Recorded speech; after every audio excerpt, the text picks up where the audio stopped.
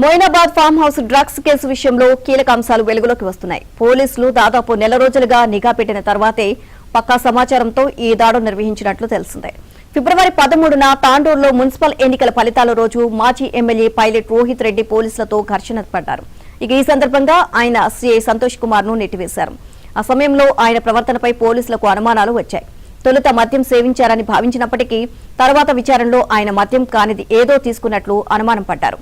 ఇక దీనికి తోడు రోహిత్ రెడ్డిపై నిఘా పెడితే సంచలన విషయాలు బయటపడతాయని ఇద్దరు రాజకీయ నేతలు పోలీసులకు కీలక సమాచారం అందించినట్లు తెలిసిందే. దీంతో అప్పటి నుంచి పోలీసులు రోహిత్ రెడ్డిపై నిఘా పెట్టి డ్రగ్స్ తీసుకునే సమయంలో రెడీ హ్యాండెడ్ గా పట్టుకున్నారు. అక్కడ వెల్లడైన అంశాల నేపథ్యంలో రోహిత్ రెడ్డి ఆయనతో పాటు ఉన్నవారు డ్రగ్స్ వ్యాపారంలో ఉన్నారా అనే కోణంలో పోలీసులు విచారణ జరుపుతున్నారు. ఇప్పటికే బెంగళూరులో డ్రగ్స్ కేసులో రోహిత్ రెడ్డిపై ఆరోపణలు వచ్చాయి. అయితే ఆయన ఎప్పటికప్పుడు తీసుకున్న తనకున్న పరిచయాలతో ఈ వివాదాల నుంచి బయటపడుతూ వచ్చారు. చివరకు తన ఫామ్ హౌస్ లోనే దొరికిపోయారు. మరోవైపు ఆయనతో పాటు పట్టుబడిన ప్రియాంక రెడ్డి అనే మహిళపై కూడా పోలీసులు ఫోకస్ పెట్టారు. గతంలో ఇదే పేరు కలిగిన మహిళ హైదరాబాద్ లో డ్రగ్స్ కేసులో ఉన్నారు.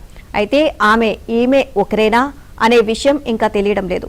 ఇంటి పేర్లు తేడా ఉండడంతో స్పష్టత రావాల్సి ఉంది. మొయినాబాద్ ఎస్ఐ నయీముద్దీన్ కోర్టుకు సమర్పించిన రిమాండ్ రిపోర్టులో కొన్ని కీలక వివరాలను పోలీసులు ప్రస్తావించారు.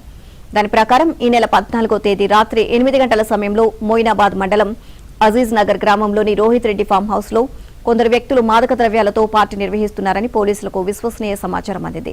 దీంతో మొయినాబాద్ పోలీసులు రాత్రి 9 గంటల 5 నిమిషాలకు ఫామ్ హౌస్ కు చేరుకున్నారు. ఆ ప్రాంగణంలోకి వెళ్లగానే లోపల నుంచి తుపాకీ కాల్పుల శబ్దం వినిపించింది. దీంతో తాము ఫ్యూచర్ సిటీ పోలీసులమని కాల్పులు జరపవద్దని గట్టిగా హెచ్చరించారు. అయినా వారు 2 రౌండ్లు కాల్పులు జరిపారు. లోపల ఉన్న ఓ వ్యక్తి అంతా తాను చూసుకుంటాను, కాల్పులు జరపండి అని వారిని పురిగొల్పాడు. అతడు రోహిత్ రెడ్డేనా అనే కోణంలో పోలీసులు విచారణ జరుపుతున్నారు.